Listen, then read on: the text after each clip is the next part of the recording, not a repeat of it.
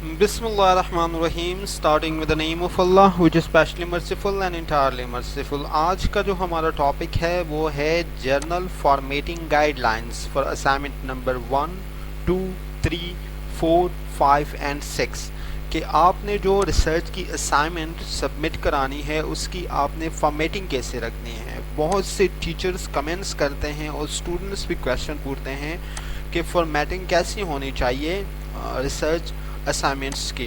तो यहाँ पे मैं गाइडलाइन आपके साथ शेयर करने जा रहा हूँ। पहला जो है ना वो पेपर साइज़ है कि आपने पेपर साइज़ को सेलेक्ट करना है। पेपर साइज़ आपने A4 size 8.3 multiply by 117 inches का सेलेक्ट करना है। आप पेजेस के ऑप्शन में जाएंगे लेआउट में और वहाँ पे आप पेजेस को सेलेक्ट कर सकते हैं, ठीक है।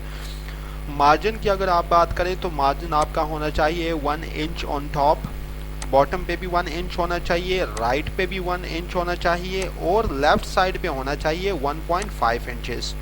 यहाँ पे होना चाहिए 1.5 इंचेस और यहाँ पे होना चाहिए 1 इंच, ठीक है। फ़ॉन्ट साइज़ आप कौन सा रखेंगे, आप जो लिखाई करते हैं ये वाली, ये कौन सी होनी चाहिए, ये होनी चाहिए टाइम न्यू रोमन फ़ॉन्ट और इसका साइज़ कितना होना चाहिए 12, ठीक है। हेडिंग एंड सब हेडिंग की क्या आपने रखनी है साइज़, ठीक है। Font size 14 pt bold for the main heading and 12 pt bold for the sub heading. Time New Roman font, ठीक है। टाइम सेम ही रहेगा। मेन हेडिंग होगी 14 की और सब हेडिंग जो होगी वो होगी 12 की। लाइन स्पेसिंग आपने कौन सी रखनी है, तो लाइन स्पेसिंग जो आपने रखनी है double space through out the documents, ये आपने डबल रखनी है। मिसाल के तौर पे नॉर्मल होती है 1 तो आपने रखनी है 2.0 इंक्लूडिंग द टाइटल पेज का भी यही रखना है। Body of the documents, reference and appendix if any, जितना भी है आपने कितने रखने हैं 2.0, ठीक है। स्पेसिंग आफ्टर पंक्चुएशन आपने क्या करना है, अगर आपने कॉमा लगाया है, सेमी कॉलन्स लगाया है या सेंटेंसेस जो है ना, तो आपने क्या करना है, यहाँ पे आपको नज़र आ रहा है कि इन्होंने सेमी कॉलन के बाद कॉमा के बाद एक स्पेस दिया है। ये देखें, ये एक स्पेस आपने अपने इंटायर जो आपका रिसर्च असाइनमेंट है उसमें देना है।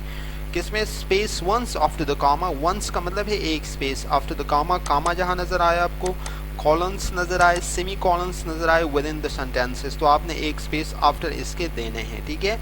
अलाइनमेंट आपकी टेक्स्ट की कौन सी होनी चाहिए, वो होनी चाहिए left side of the page, ठीक है।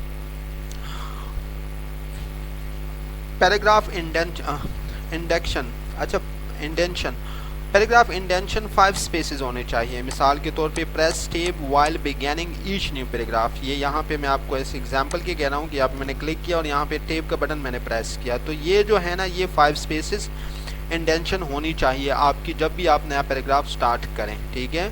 पेजिनेशन का मतलब है कि पेज कहाँ पे होना चाहिए, तो ये मैं आपको दिखा देता हूँ कि पेज कहाँ पे होना चाहिए। हाँ, ये मैंने ऑलरेडी रिसर्च खोली है, ये आपको पेज नज़र आ रहा है, पेज यहाँ पे होना चाहिए आपका। जब 48 है ना तो आपने यहाँ पे इसकी सेटिंग करनी है, ठीक है। नेक्स्ट में आ जाए तो नेक्स्ट ये कहता है कि table heading 1 is type flush left above the table caption, ठीक है। ये भी मैं आपको दिखा देता हूँ, ये देखिए टेबल की हेडिंग आपने इस तरह रखनी है, ठीक है। और नीचे उसका जो टाइटल है वो इस तरह देना है, ठीक है। इसको सेलेक्ट करना है, इसको इटालिक करना है और लेफ्ट अलाइन होना चाहिए, ठीक है।